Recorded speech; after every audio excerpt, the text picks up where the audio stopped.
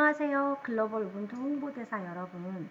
한국과 아프리카의 역사, 문화, 이야기 강의를 하게 된 방크 이정입니다. 여러분 만나 뵙게 돼서 너무 반갑습니다. 강의를 시작하기 전에 여러분에게 지도를 하나 소개해 드리려고 하는데요. 아프리카 중심 세계 지도라고 저희가 이름을 붙였어요. 여러분 이렇게 생긴 세계 지도를 보신 적이 있나요? 네, 아프리카가 세계 지도의 중심에 있지요. 그동안 아프리카는 왜곡되고 편견된 시선 속에서 세계 속에 제대로 소개되지 못했다고 생각이 드는데요. 특별히 우리 글로벌 우분투 홍보대사가 아프리카에 대해서 제대로 알고 바르게 알리는 그런 시작이 되었으면 좋겠다는 마음을 담아서 제작하게 되었고요. 세계지도 밑에는 다양한 아프리카의 모습들이 있어요. 뭐 피라미드와 같은 이런 유산들과 자연, 그리고 아프리카의 발전하는 모습들을 담았고요. 그다음에 그 아래에는 아프리카 여러 나라들의 국기와 또 간단한 정보들을 담았어요. 생각보다 우리가 아프리카에 대해서 잘 모르더라고요. 그래서 이번 글로벌 우분투 홍보대사를 통해서 여러분과 또 저도 아프리카를 아는 기회가 되었으면 좋겠습니다. 제가 아프리카 지도를 제작하면서 알게 된 사실인데요. 정말 제가 아프리카에 대해서 잘 모르더라고요. 그래서 여러분들 아프리카 퀴즈를 통해서 여러분들은 얼마나 아프리카에 대해 알고 있는지 점검해보는 시간을 가지면 좋겠습니다. 첫 번째 질문입니다. 여러분 아프리카에는 몇 개의 나라가 있을까요? 1초, 2초, 3초. 정답은 54개의 나라입니다. 아프리카 국가 중에서 유엔 회원국으로 가입된 국가는 54개이고요. 그 아프리카 국가들이 회원국으로 가입되어 있는 아프리카 연합 회원국은 서사하라를 포함해서 55개국입니다. 혹시 55개국이라고 말씀하신 분, 이 사실을 알고 그렇게 대답하신 분이 계시다면 그분도 정답입니다. 두 번째 질문입니다. 지도에서 에티오피아를 찾아보세요. 제 얼굴이 좀 지도를 가리고 있으니 수정을 할게요. 자, 1초, 2초, 3초 찾아보셨나요? 네. 에티오피아는 지금 옆에서 보시는 지도에서 보시는 이 화살표 방향에 있는 이곳이 에티오피아입니다. 아프리카의 뿌리라고 불리는 지역에 있고요. 바다가 연하지 않은 내륙국이고 또 고원지대가 많다고 해요. 특별히 제가 에티오피아를 소개시키고 싶었던 이유는 6.25 전쟁에 파병을 했던 국가입니다. 3,000명이나 되는 병사를 파병했고 이抗류 부대는 지금까지도 아주 용맹하고 충성스러운 부대 중에 하나라고 꼽힌다고 해요. 너무 감사한 곳이 에티오피아였고요. 또 에티오피아의 수도인 아디스 아바바에는 아까 말씀드렸던 아프리카 연합 본부가 있고요. 그리고 정말 특이하게도 에티오피아는 거의 아프리카에서 유일하게 유럽 열강의 침략을 물리치고 독립을 유지한 국가입니다. 너무 몰랐던 사실들이 많죠. 네, 이렇게 에티오피아를 시작으로 해서 아프리카의 다양한 나라들을 공부해보는 시간이 되면 좋겠습니다. 세 번째 질문인데요. 약 80% 이상의 성인 인구가 모바일 결제 서비스를 이용하는 국가는 어디일까요? 1초, 2초, 3초. 네, 어디라고 답을 하셨나요? 정답은 케냐입니다. 네, 케냐는 세렝게티 국립공원만 있는 것이 아니고요. 약 인구의 80% 이상이 성인 인구의 80% 이상이 모바일 결제 서비스를 이용해서 또 은행 계좌 없이도 휴대폰만으로 송금 결제, 대출 이런 저축까지 할 수 있는 서비스를 이용하고 있다고 해요. 지금 이 사파리닷컴의 엠파스라는 이 서비스는 전 세계적으로도 가장 성공적인 핀테크 사례 중에 하나라고 평가를 받고 있고요.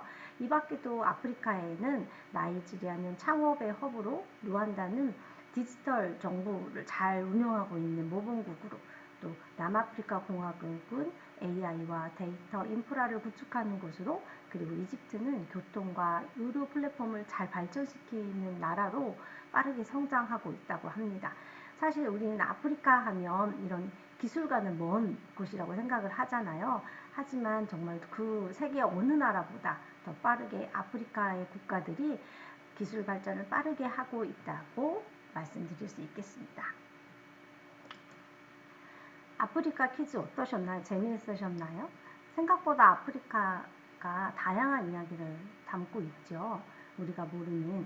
그래서 이제 글로벌 운동 홍보대사로서 좀 더 아프리카의 역사, 문화, 이야기에 관심을 가지고 공부하고 알리는 활동을 시작해 보겠습니다. 그럼 이제 방크는 어떻게 아프리카 홍보 이야기를 하고 있는지 살펴볼게요. 먼저 유산 이야기입니다. 한국의 유산을 먼저 얘기할 건데요. 세계인의 편견을 깨뜨린 한국의 유산, 직지입니다. 여러분 직지를 다 알고 계시죠? 네, 1377년 한국의 고려시대에 가는데 현존하는 세계에서 가장 오래된 금속 활자본입니다. 그런데 직지는 한국에 없어요. 네, 프랑스의 그 구한말에 반출이 되어서 지금은 프랑스 국립도서관에 기증되어 있습니다.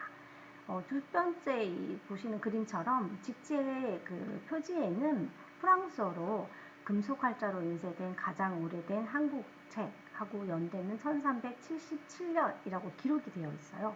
그런데 정말 아쉽게도 직지는 정말 오랫동안 세계인들에게 알려지지 않았는데요.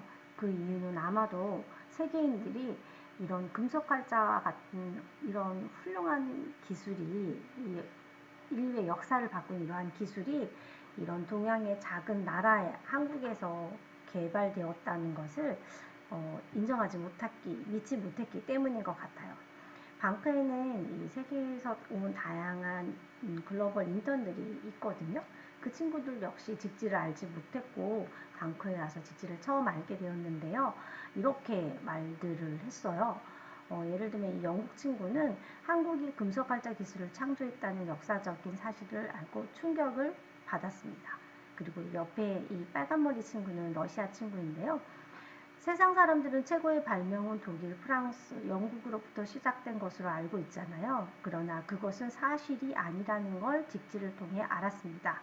라고 말을 했는데요. 이 밖에 또 정말 다양한 세계에서 온 친구들이 직지를 통해서 자신이 편견이 가지고 있었음을 알게 되었다라고 답변을 했습니다. 오늘날의 직지가 가지는 의미는 이렇게 세계인들의 편견을 깨뜨리는 유산이라는 정말 소중한 교훈을 주는 유산이라는 것이 아닐까 하는 생각이 드는데요. 아프리카에도 이런 세계인의 편견을 깨뜨린 유산이 있습니다. 여러분은 그레이트 짐바브웨라는 유적에 대해서 들어보신 적이 있습니까? 그레이트 짐바브웨는 짐바브웨는 아프리카의 동남쪽에 있는데요. 이 짐바브웨의 유적이에요. 아프리카 대륙에서 이집트 피라미드 다음으로 큰 유적이라고 하고요. 11세기, 15세기 아프리카 쇼나족에 의해서 건설되었다고 해요. 이 유적의 규모가 되게 커서요. 약 8제곱킬로미터에 달한다고 합니다. 유적은 두 번째 그림처럼 이렇게 세 개의 부분으로 나뉘는데요. 언덕 유적, 계곡 유적, 대구역이라고 불리는 이런 유적으로 나뉘어 있어요. 이 유적은 돌을 쌓아서 만든 유적이거든요. 근데 그 돌과 돌 사이에 몰타를 사용하지 않고 그냥 정교하게 다듬어서 쌓았대요. 그래서 매우 정말 높은 숙성 기술을 보여주는 유적이라고 하고요. 여기에서 세 번째 그림처럼 이렇게 돌 모양의 새 조각상이 나왔거든요. 이 새 조각상은 옆에 보시는 짐바브웨 국기에 들어갈 정도로 정말 짐바브웨 사람들이 매우 자랑스럽게 생각하는 정체성이라고도 할 수 있는 그런 유적입니다. 그런데 이 그레이트 짐바브웨가 오랫동안 인정을 받지 못했어요. 왜냐하면 이 그레이트 짐바브웨를 알게 된 유럽인들이 이게 아프리카의 유적이 아니라고 말을 한 거죠. 오히려 이게 유럽 사람들이 아프리카에서 가서 건설한 유적이다. 그래서 이 아프리카가 유럽 사람들이 아프리카를 식민 통치하는 것이 정당하다라는 이런 이상한 논리를 사용하기도 했는데요. 정말 다행스럽게도 20세기에 들어서 여러 양심 있는 학자들 그리고 대규모의 발굴이 이루어지면서 마침내 이 그레이트 짐바브웨가 아프리카인들에 의해서 만들어진 유적이라는 것을 인정을 받게 됐어요. 이렇게 세계인이 알지 못하는 편견들이 있어요. 그런 편견들을 깨트린 유산으로서 아프리카의 유산들이 있는데요. 제가 그래서 짐바브웨의 그레이트 짐바브웨 유적을 여러분들께 소개해주고 싶었습니다. 그 다음에 소개해드리고 싶은 주제는요, 잃어버린 이름 되찾기, 오류 시장에 대한 이야기입니다.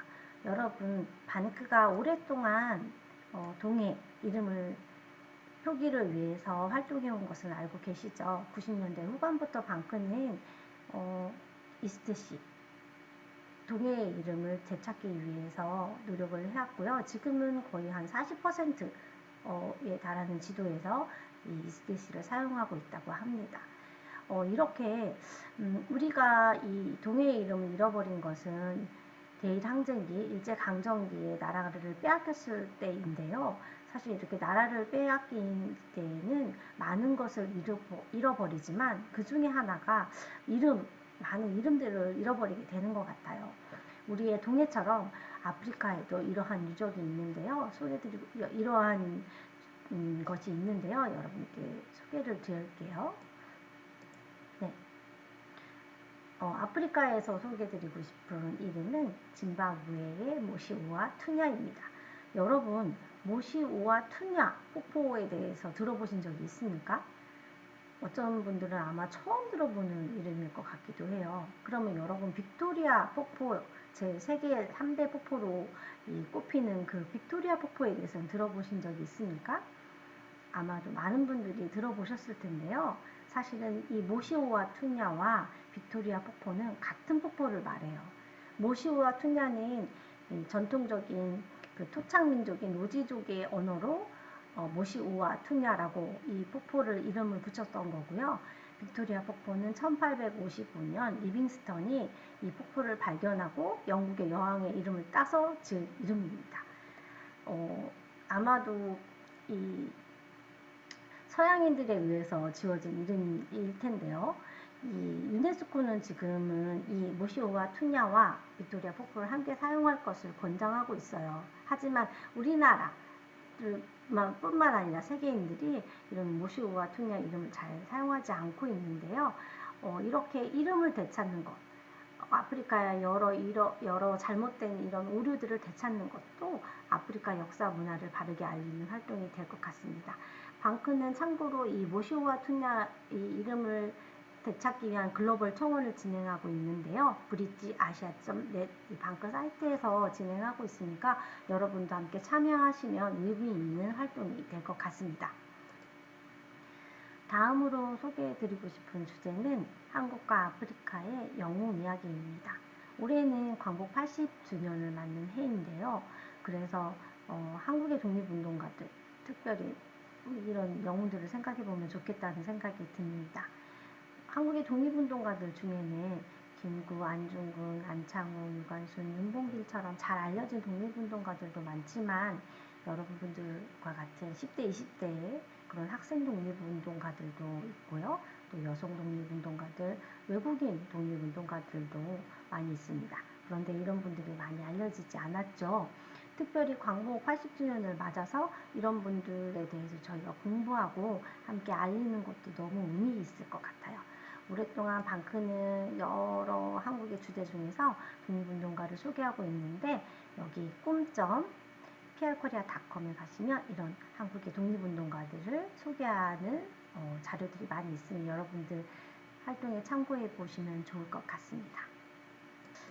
아프리카의 영웅으로 누구를 소개하면 좋을까? 라는 생각을 했을 때 저는 남아프리카 공화국의 넬슨 만델라를 소개하고 싶다는 생각이 들었는데요. 넬슨 만델라는 그 왕족 출신으로 태어났다고 해요. 그리고 법학을 전공하였고, 그러니까 엘리트였는데 이 남아프리카의 특별히 이 인종차별, 정말 심각한 인종차별 이 정책에 맞서서 무장투쟁을 했어요. 그러다가 1964년에 그 혐의로 종신형을 선고받고 27년간이나 복역을 하게 되었는데요. 저는 이분이 되게 더 의미 있게 다가왔던 것은 이 27년간의 복역 기간에도 이 투쟁을 멈추지 않았으며 특별히 이 투쟁을 어떻게 평화적으로 해결할 것인가에 대해서 고민하고 또 그렇게 직접 그 진행하였다는 것이었어요. 그래서 결국은 이분이 석방이 90년에 석방이 되고 정말 평화적인 협상을 통해서 1994년에 이 남아공의 흑인들이 최초로 참여한 민주선거에서 최초의 흑인 대통령이 되었습니다. 그리고 이분은 그 재임 기간에도 백인과 흑인의 통합을 위해서 정말 애를 쓰셨고 약속한 것처럼 한 번의 대통령직을 하시고 은퇴를 하셨어요. 특별히 그래서 뭐 이러한 정말 너무 멋진 이런 업적들을 통해서 그 평화를 위한 헌신을 통해서 93년에는 노벨 평화상을 수상했고요. 유엔은 특별히 그의 생일인 7월 18일을 넬슨 만델라의 날로 지정해서 기념하고 있다고 합니다.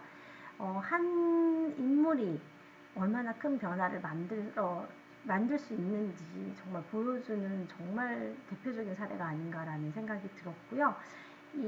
제가 남아프리카 공화국의 사람이라면 넬슨 만델라를 정말 서슴없이 소개하고 싶을 것 같습니다. 이외에도 아프리카에 다양한 영웅들이 있겠죠. 독립을 위해서 헌신하신 그런 분들은 또 이 나라의 발전을 위해서 또 평화를 위해서 노력하신 분들을 우리가 모르는 그 분들을 저희가 이번 기회에 알고 공부해서 알리는 그런 시간이 의미 있는 시간이 됐으면 좋겠습니다. 자, 다시 아프리카 중심 세계 지도를 여러분들께 보여드립니다. 제가 잠깐 말씀드렸던 것들 한번 떠올려 봤으면 좋겠어요. 아프리카의 유산, 그레이트 짐바브웨와 같은, 그리고 아프리카에 잘못 알려진 그런 오류들, 한국과 세계에서 바로 잡혔으면 좋겠고요. 또 넬슨 만델라와 같은 그런 영웅들, 아프리카의 영웅들이 많이 발굴되고 아프리카인들이 또 자긍심을 느끼고 세계인들이 또 그들을 통해서 더 나은 세상을 만들기 위해서 노력하는 그런 자극제가 될 수 있을 것 같아요. 글로벌 우분투 홍보대사 여러분들이 그러한 역할을 앞장서 주시고 시작해 주시면 좋겠습니다.